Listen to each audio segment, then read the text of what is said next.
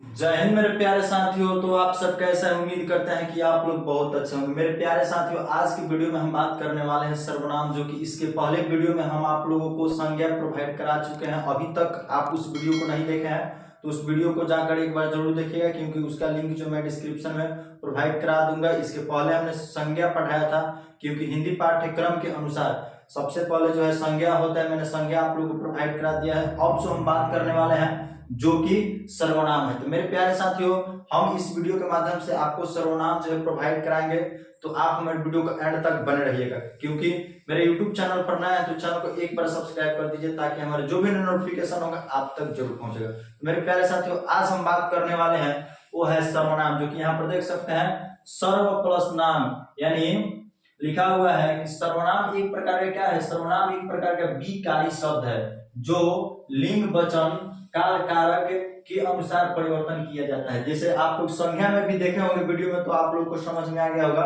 कि संज्ञा भी एक प्रकार का बीकारी शब्द था। वो भी जो क्या था कि लिंग वचन काल कारक के अनुसार परिवर्तन किया जा सकता था।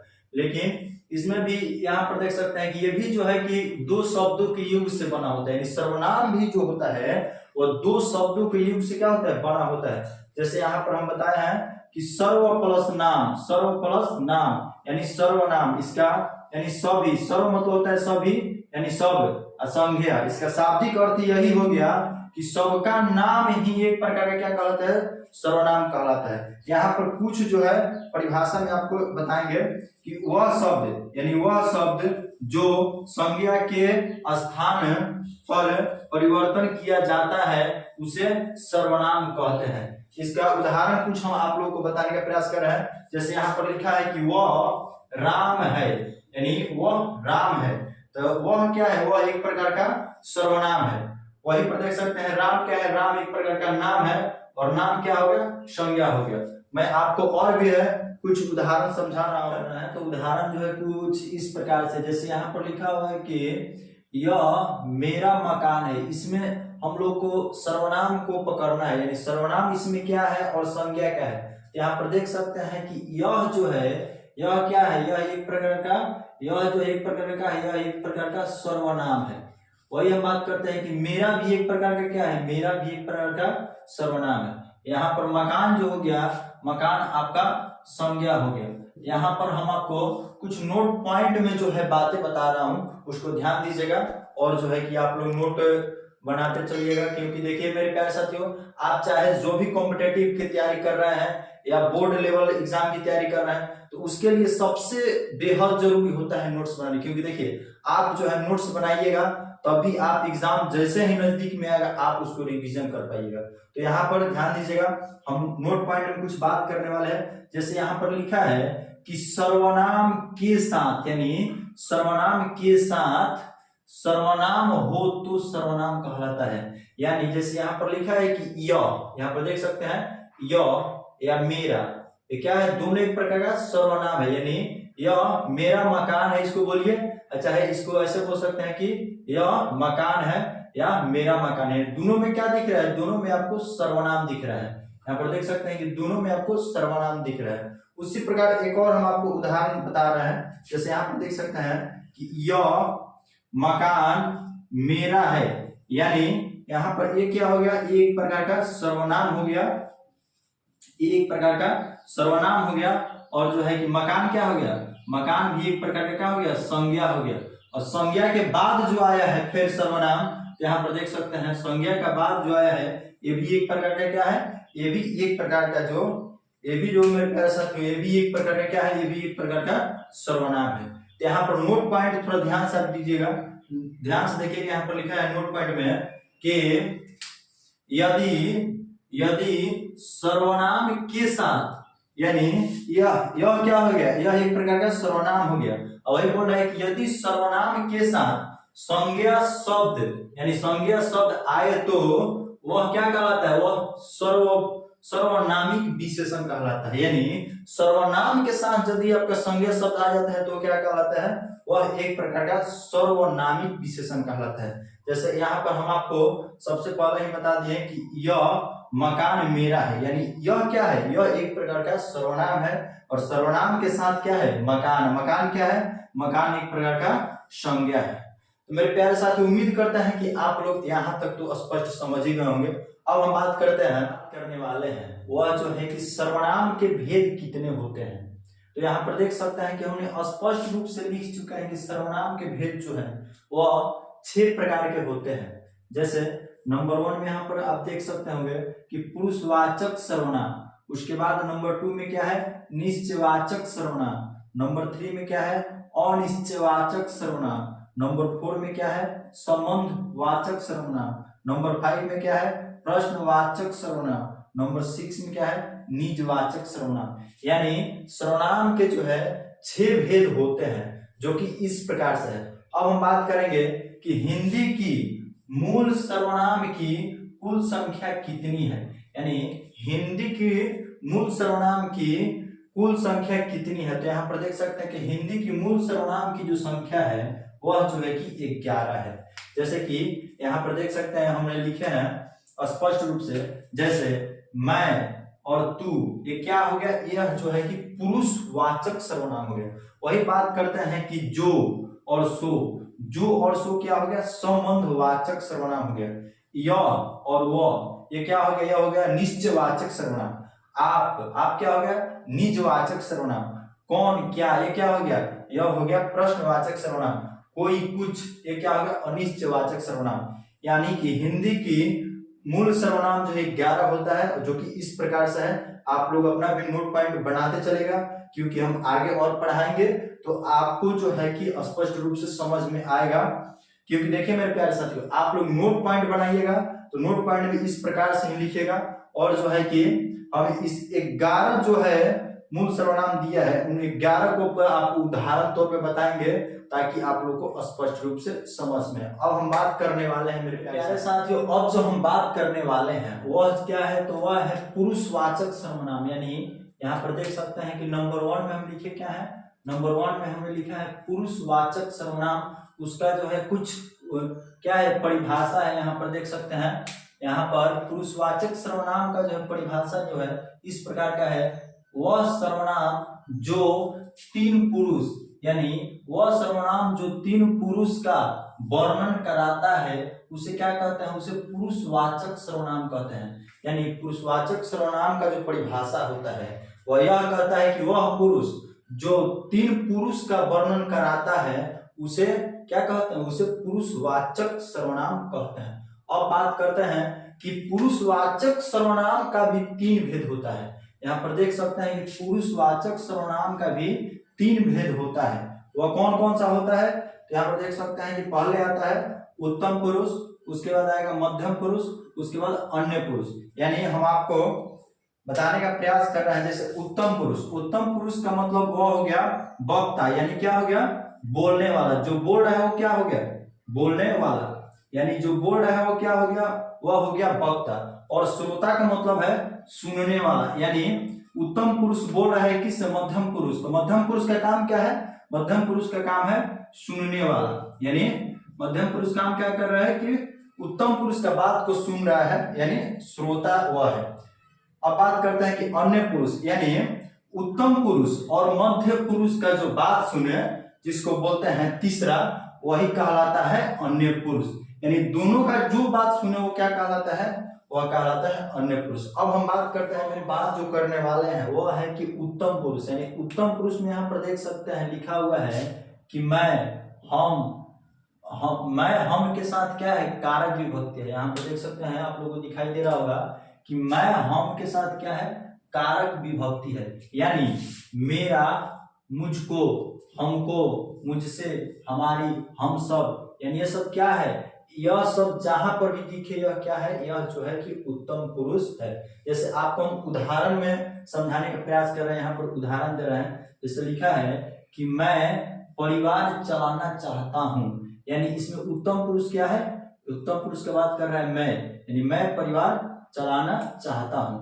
उसी प्रकार नेक्स्ट उदाहरण यह है कि मैं जिम्मेदारी उठाना चाहता हूं, यानी ये जो है उत्तम पुरुष का दोनों उदाहरण है। दोनों में एक ही बात जो है कि स्पष्ट कर रहा है कि उत्तम पुरुष का, यानी मैं का इसमें चर्चा किया है, तो ये क्या है उत्तम पुरुष। अब हम बात करने वाले हैं मेरे प्यारे साथियों की मध्यम पुरुष।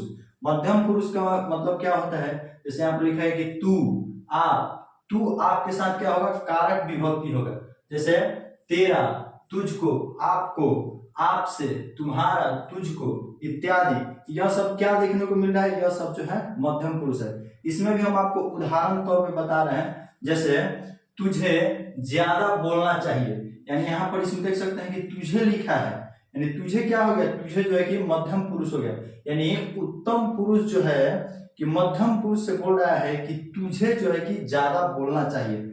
और जो है कि नेक्स्ट उदाहरण यहाँ पर देख सकते हैं कि आपको यह काम करना चाहिए, यानी वह क्या है, वह जो है कि उत्तम पुरुष है और मध्यम पुरुष से क्या कर रहा है कि आपको जो है कि यह काम करना चाहिए।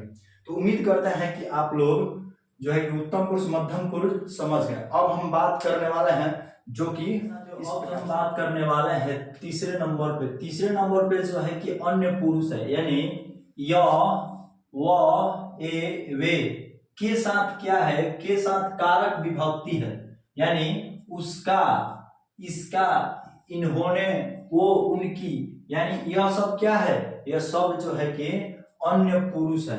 यानी यहाँ पर नोट में हम आपको बताना चाहते हैं कि अन्य पुरुष जो है वाचक में प्राणी होता है, यानी अन्य पुरुष वाचक में क्या होता है, प्राणी होता है। जैसे यहाँ पर उदाहरण में हम आपको बताने का प्रयास कर रहे हैं। जैसे लिखा है कि वह चालाक लड़का है, वह पढ़ाई में कमजोर है, यानी मान लीजिए यहाँ पर हो गया है संटू और ये हो गया मंटू, और ये कौन हो गया, ये संटुआ हो गया और ये मंटुआ हो गया। यानी संटुआ मंटुआ किसके बारे में बात कर रहा है, संटुआ मंटुआ जो है ये किसके, तो ये चिंटू के बारे में बात करते हैं। यानी चिंटू क्या है, चिंटू जो लड़का है वो क्या है, वह चालाक लड़का है। फिर ये जो संटू और मंटू है वो क्या कर रहे हैं कि वह पढ़ाई में कमजोर है। यानी ये संटू और मंटू किसके बारे में बात कर रहा है, तो चिंटू के बारे में, यानी चिंटू के बारे में बात कर रहे हैं कि वह पढ़ाई में क्या है, कमजोर है।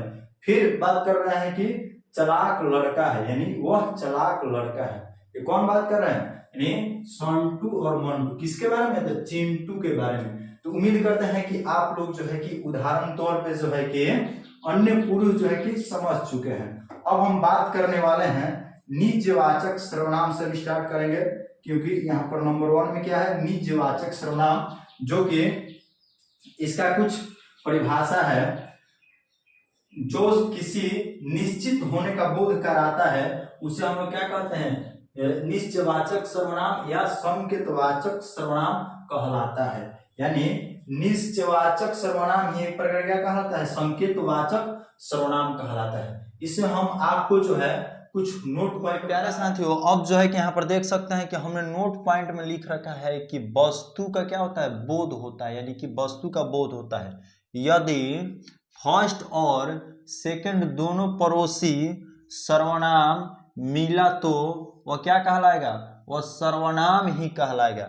यानी यदि फर्स्ट और सेकंड यानी प्रथम और द्वितीय यदि दोनों आसपास में मिला, यानी पड़ोसी में मिला, तो क्या सर्वनाम मिला तो सर्वनाम ही कहलाएगा।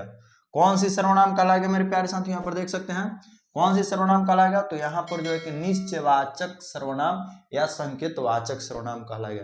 यानी बोल रहा है कि यदि फर्स्ट और सेकंड दोनों पड़ोसी सर्वनाम मिला तो वो क्या, वो सर्वनाम ही कहलाएगा। कौन सा सर्वनाम, तो जो है कि निश्चयवाचक सर्वनाम या संकेतवाचक सर्वनाम। अब हम कुछ इसका जो है कि उदाहरण आपको समझा रहे हैं। यहाँ पर देख सकते हैं, जैसे यहाँ पर लिखा है कि यह मेरी घड़ी है, यानी इसमें क्या है कि यह जो है एक प्रकार का क्या है, यह जो एक प्रकार का क्या है, तो वह है सर्वनाम, यह एक प्रकार का सर्वनाम है। और मेरी भी क्या है, मेरी भी एक प्रकार का सर्वनाम है। तो ये दोनों क्या है, ये दोनों समझ जाइए मेरे प्यारे साथियों कि दोनों एक साथ यानी पड़ोस में है।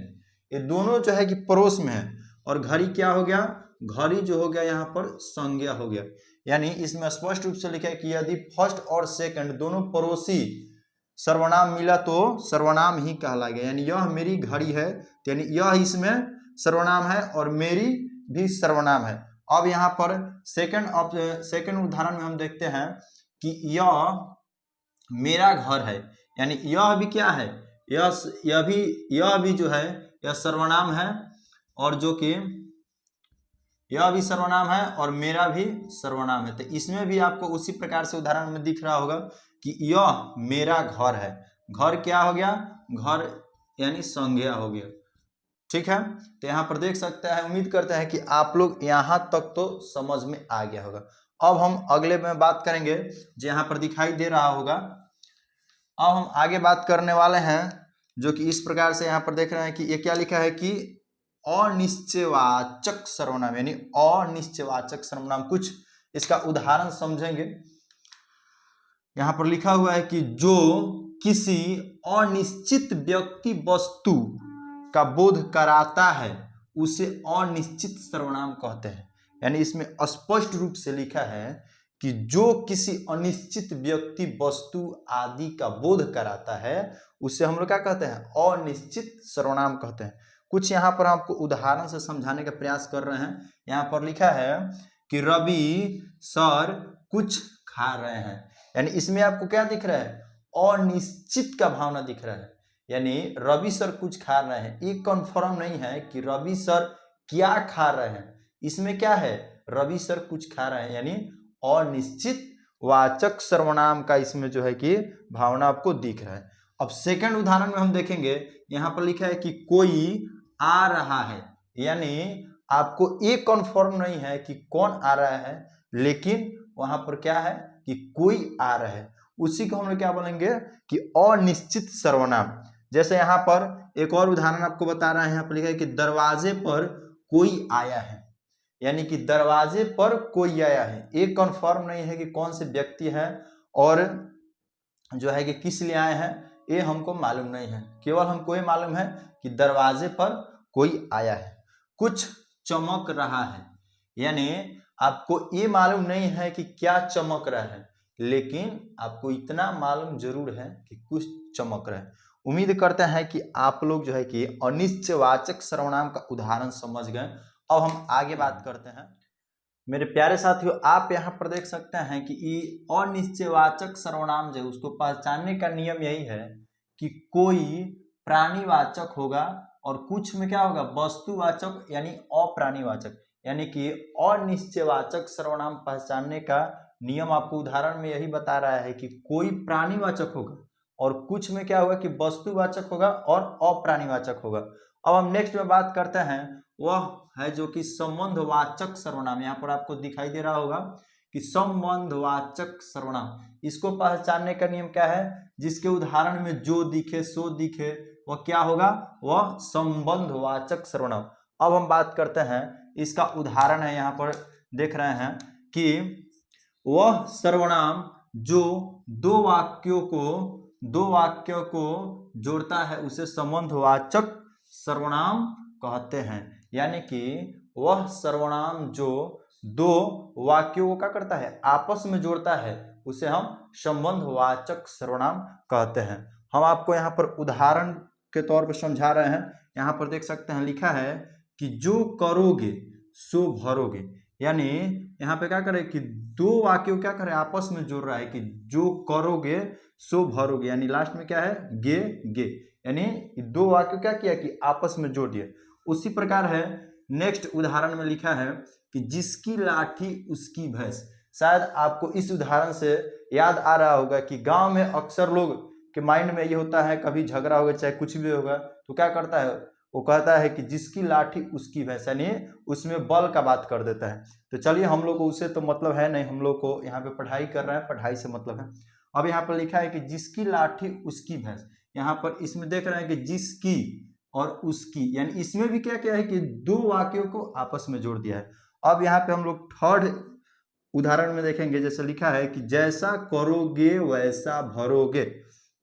यानी आजकल बहुत लोग कोई बात समझ में नहीं आ रहा है कि आप क्या कर रहे हैं, नहीं कर रहे हैं। बहुत लोग गलत मार्ग अपना रहे हैं और गलत मार्ग अपनाने का नतीजा क्या होता है उन लोगों को मालूम नहीं है। लेकिन यहाँ पर आपको उदाहरण बता रहे हैं कि जैसा करोगे वैसा भरोगे। यानी कि आप अच्छा कर्म करोगे तो अच्छा फल पाओगे। कहा गया है कि यदि आप आम का वृक्ष लगाते हो तो आम ही मिलेगा, उस पे क्या है? उस पे नींबू और शरीफा ऐसा कुछ नहीं मिलेगा। उसी प्रकार हम लोग को समझना है कि जैसा करोगे वैसा भरोगे। इसमें क्या है कि लास्ट में गे है और इसमें भी गे है, यानी दोनों वाक्यों क्या किया कि आपस में जोड़ दिया। एक और उदाहरण आपको समझा रहे हैं, यहाँ पर लिखा है कि जो आया सो जाएगा, यानी कि जो आया है उसका क्या है, उसका एकदम 100% है कि जो आया है सो जाएगा। तो इसमें हम आपको उदाहरण बता रहे हैं कि इसमें क्या है कि या है, लास्ट में या है, यानी कि जो आया है सो जाएगा। यानी उम्मीद करते हैं कि संबंधवाचक सर्वनाम क्या है कि आप लोग बेहतर तरीका से समझ गए होंगे। अब हम बात करते हैं वह है प्रश्नवाचक सर्वनाम। यहाँ पर आपको दिखाई दे रहा होगा प्रश्नवाचक सर्वनाम। इसको पहचानने का नियम आपको यही है कि उदाहरण में क्या होगा, कौन दिखेगा, क्या दिखेगा, कैसे दिखेगा, कब दिखेगा, क्यों दिखेगा, ये सब क्या है, यह सब पहचानने का नियम है किसका, तो प्रश्नवाचक सर्वनाम। अब कुछ उदाहरण यहाँ पर देख रहे हैं, लिखा है कि जिस सर्वनाम में किसी प्रश्न का बोध होता है उसे क्या कहते हैं, उसे प्रश्नवाचक सर्वनाम कहते हैं। यानी इसमें स्पष्ट रूप से बोल रहा है कि जिस सर्वनाम में किसी प्रश्न का बोध होता है उसे प्रश्नवाचक सर्वनाम कहते हैं। अब हम आपको उदाहरण के तौर पर समझा रहे हैं, तब आपको बेहतर तरीका से समझ में आएगा। मेरे प्यारे साथियों, आप जो भी इस वीडियो के माध्यम से पढ़ाई कर रहे हैं, आप लोग जो है कि एक मैथ का बुक ले लीजिए, उसमें खूब बेटर तरीका से जो है अपना नोट पॉइंट बनाते चलिए। देखिए, आपको नोट पॉइंट बनाने से ये बेनिफिट होता है कि आप जब भी कॉम्पिटिटिव का एग्जाम देने जा रहे हैं या बोर्ड लेवल की तैयारी कर रहे हैं, तो उससे क्या होगा कि आपका एग्जाम मान लीजिए कि एक मंथ क्या है आफ्टर है, यानी आगे है, तो उसको एक मंथ बिफोर ही उसको रिवीजन कर लीजिएगा। इससे क्या होगा कि आपके माइंड में वो सेट हो जाएगा, तो इससे आपको बेनिफिट मिलेगा। उम्मीद करते हैं कि आप इसको फॉलो कीजिएगा। चलिए अब हम बात करते हैं उदाहरण के तौर पे। तो मेरे प्यारे साथियों, हम प्रश्नवाचक सर्वनाम का उदाहरण आपको बता रहे हैं। यहाँ पर देखिएगा, यहाँ पर प्रश्नवाचक सर्वनाम का यहाँ पर उदाहरण लिखा है कि तुम कौन हो।